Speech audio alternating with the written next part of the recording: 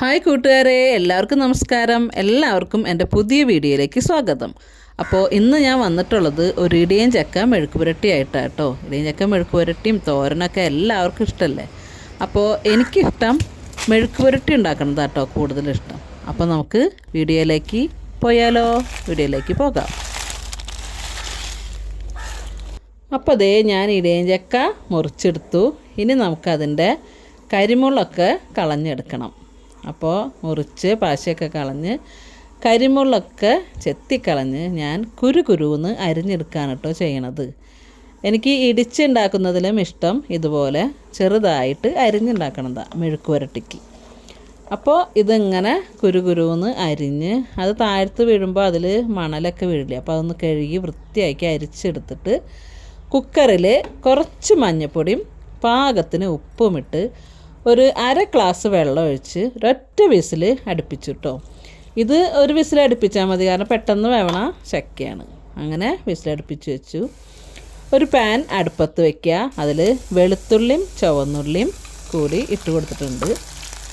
അപ്പോൾ എന്താണെന്ന് വെച്ചാൽ ഞാൻ ഇടിച്ച മുളക് വേറെ റെഡിയാക്കിയിട്ടുണ്ട്. അപ്പോൾ ഉള്ളിയും ചുവന്നുള്ളിയും വെളിച്ചെണ്ണ ഒഴിച്ച് നല്ലപോലെ കറിവേപ്പിലിട്ട് ഇളക്കി കൊടുക്കുക. അത് പകുതി മൂത്ത് കഴിയുമ്പോൾ നമ്മുടെ ഇടിച്ച മുളക് അതിലിട്ട് നന്നായിട്ട് അങ്ങോട്ട് മൂപ്പിച്ച് കൊടുക്കുക. നന്നായിട്ട് മൂത്ത് കഴിയുമ്പോൾ നമുക്കതിലേക്ക് കുറച്ച് മുളക് പൊടി കൂടി ഇട്ട് കൊടുക്കണം കേട്ടോ. മുളക് പൊടി കൂടി ഇട്ട് കൊടുക്കുമ്പോഴാണ് നമ്മുടെ മെഴുക്ക് പുരട്ടിക്ക് നല്ല അടിപൊളി രുചി ഉണ്ടാവുക.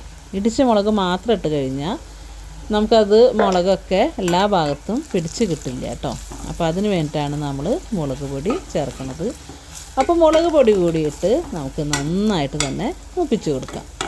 അതിന് ശേഷം നമ്മൾ കുക്കറിൽ വേവിച്ച് വെച്ചാൽ നമ്മുടെ ചക്ക ഇട്ട് കൊടുത്ത് നല്ല പോലെ ഇളക്കി യോജിപ്പിച്ച് വെള്ളമൊക്കെ വറ്റിച്ചെടുക്കുക. അത്രേ ഉള്ളൂ കേട്ടോ പണി. അപ്പോൾ ഇതാണ് ഇടിയൻ ചക്ക മെഴുക്ക് പുരട്ടി. ഇടിയൻ ചക്ക നമുക്ക് ഒരുപാട് വിഭവങ്ങൾ ഉണ്ടാക്കാം കേട്ടോ. തോരൻ വയ്ക്കാം. അപ്പോൾ എനിക്ക് തോരനേക്കാളും ഒക്കെ ഇഷ്ടം ഇതുപോലെ ഉള്ളി മുളകൊക്കെ ചതച്ച് ഇതുപോലെ അരിഞ്ഞ് വയ്ക്കണ മെഴുക്ക് പുരട്ടി കേട്ടോ. അപ്പോൾ ഇവിടെ ഇപ്പോൾ ചക്ക എല്ലാ പ്ലാവുകളും ഉണ്ടായി തുടങ്ങുന്നുണ്ട്. മുകളിൽ മൂത്ത് കിടക്കുന്നുണ്ട്. പക്ഷേ അത് കയറി പൊട്ടിക്കാനൊന്നും ആരുമില്ല. അപ്പോൾ ഞാനൊരു ഇടിയൻ ചക്ക എടുത്ത് ഉപ്പേരി വയ്ക്കാം കേട്ടോ.